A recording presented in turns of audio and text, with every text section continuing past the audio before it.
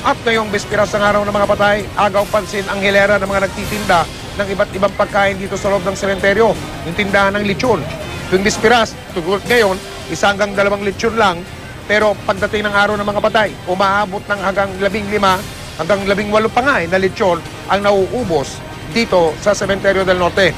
Mga kapuso, sa laki po nitong Manila North Cemetery, may ilan tayong kababayan na nag-shortcut para makapasok lang sa loob ng sementeryo. Gumagamit sila ng mga hagdan, may bayad, kada akyat at baba. Pero hindi po yan pinapayagan ng pamanuan ng sementeryo ito. Live mula pa rin dito sa Manila Road Cemetery, nakatutukoy si Susan Enriquez. Susan! Mike, mahigpit na pinagbabawal ng pamunuan ng Manila North Cemetery ang pagdaan sa mga hagdan dito sa paligid ng sementeryo. Pero sa kabila ng pagbabawal, tuloy ang operasyon ng mga tinatawag na tunnel.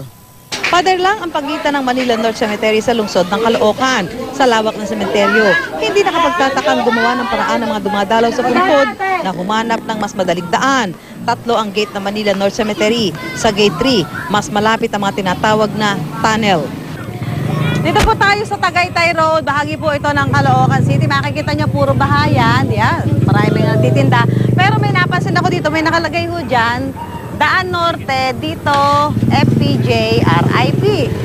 Curious lang ako, pero ito yung, dito nakaturo yung arrow eh. Tingnan natin kung ano yung meron dito sa pasilyo na to, liga.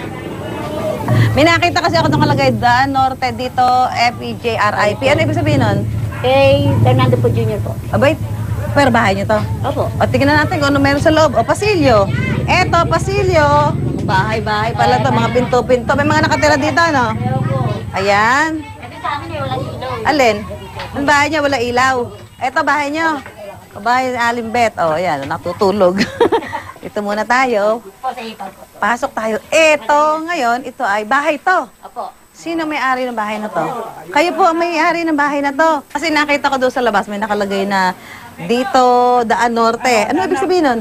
Dito dumadaan yung mga dalaw ho. Mga dalaw? Sa Santaon lang mo yun. Aba, pero ito'y bahay, ha? Ito'y salas ninyo. Ito, Yan ang kusina nyo. kusina. At hagdan. Papunta saan tong hagdan? Norte ho yan. Aba. Papunta Norte na pagkakyat. Tignan nga natin kung anong hagdan na ito. Pero yung taas nito, bahay pa rin. Bahay pa rin ito. Tingnan natin. So, pakyat ito, may bahay pa rin dito sa taas. Okay, akyat na tayo dito sa hagdan. Yeah, kung saan ang labas nito. Bahay pa rin. So, dito na labas. Ito ang daan. Ito na ang daan. At, pagbungad mo dito, Aling Bet, ano na to? Norte po. Norte na to. Ito na yung dulo ng norte. Opo, ito po yung pader, katawag. Ito yung pinaka-pader na to ng sementeryo. Yung mga dumadaan sa inyo, may bayad na magkano? 2 po. 2. Saan sila lulusot para makapunta sa loob? Diyan po, may mga hagdanan po dyan pababa. Asan yung ibang hagdan dito? Iba kinukuha kasi nila. Inaalis nung taga-sementeryo. Dahil? Bakit? Bakit nila inaalis? Gusto nila sa gate dumaan. Bakit doon sa nakalagay yung karatula, nakalagay FPJ? Ba't inilagay Ito po, nyo? kasi malapit na po kay FPJ yun. Ha? Malapit na po kasi ang daan kay FPJ. Kaya inilagay nyo FPJ. Oo. So, nung inilibing ba dyan si FPJ, mas marami dumadaan? Ay, marami. Pati yung gusto makita yung punto ni FPJ. Oo. Saan ang FPJ? Dito po ba? Malapit na. Malapit na. Ilang minuto. Kaya pagundas, marami nagtitinda rito eh. Pag? Pagundas, marami nagtitinda. Eh, mga ganyan. Ito ang hagdan na to, kanino?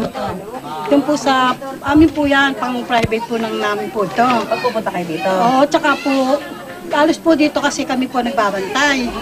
Opo, yan, alis yung apartment na yan. Kayo yung parang ano? Caretaker po dito. Ngayon po, dyan, tsaka iba din po dito lahat yan, halos kami. Ngayon po, kasi nakakawa naman po sila, kung doon po sila iikot, Oo. bahay po namin yun, meron po kami daan ng sarili. Kaya ito po, tinatanggal po ito. Ito, ma'am. Tinatanggal niyo pag Oo. hindi po kayo nagpapadaan ng Ay, iba. hindi po kami nagpapadaan ng iba, hindi po kami nagpapadaan. Pero kung ano nakiraan, makikiraanan po lang namin sila. Bakit dito kayo dumaan? Kasi ito na po yung pinakang easiest way para makarating po kami dun sa puntod ng lola po namin para hassle-free na rin po. Pero po ito yung mabilis. Ang ano kasi mabilisan eh. Oo. Nakita ko meron kayo nakapaskil dito. Ano ibig sabihin niya?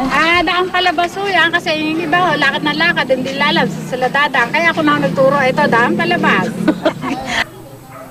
Hindi po permanente ang mga hagdan at ditanggal ito, medyo matarik din. Kaya yung mga dadaan dyan at talagang sa tingin nila doon sila mas makaka-shortcut, pinag-iingat na rin po natin. Samantala kaninang hapon ay nag-ikot po dito sa Manila North Cemetery si Health Secretary Enrique Ona para tingnan yung mga medical assistance booth ng DOH at gayon din po yung mga tinitindang pagkain. Sabi po ni Secretary Ona, mas makabubuti kung magbabaon na lamang tayo ng sarili nating pagkain para makaiwas sa mga posibleng food poisoning. Samantala, ang GMA7 po ay naglagay ng serbisyong totoo booth dito po sa labas ng Manila North Cemetery. Nandito po ito sa main gate. Nakikita ho natin, meron tayong libreng tubig, meron po tayong libreng charging station para sa mga cellphone.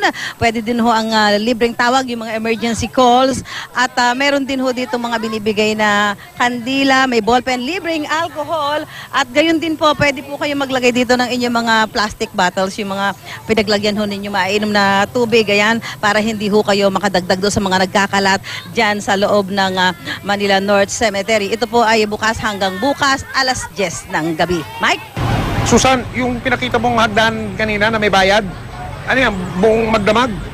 Pwede rin yan? Bukas din siya, Susan? Habang gising yung mga may-ari ng bahay, pwede kang dumaan doon sa mga hagdan na yon. Pero bukas, talagang ano daw sila hanggang hating gabi dahil alam naman nila na talagang mas marami yung dadating na tao dito sa sementeryo para dumalo doon sa puntod ng kanilang mga yumaong mahal sa buhay. Mike?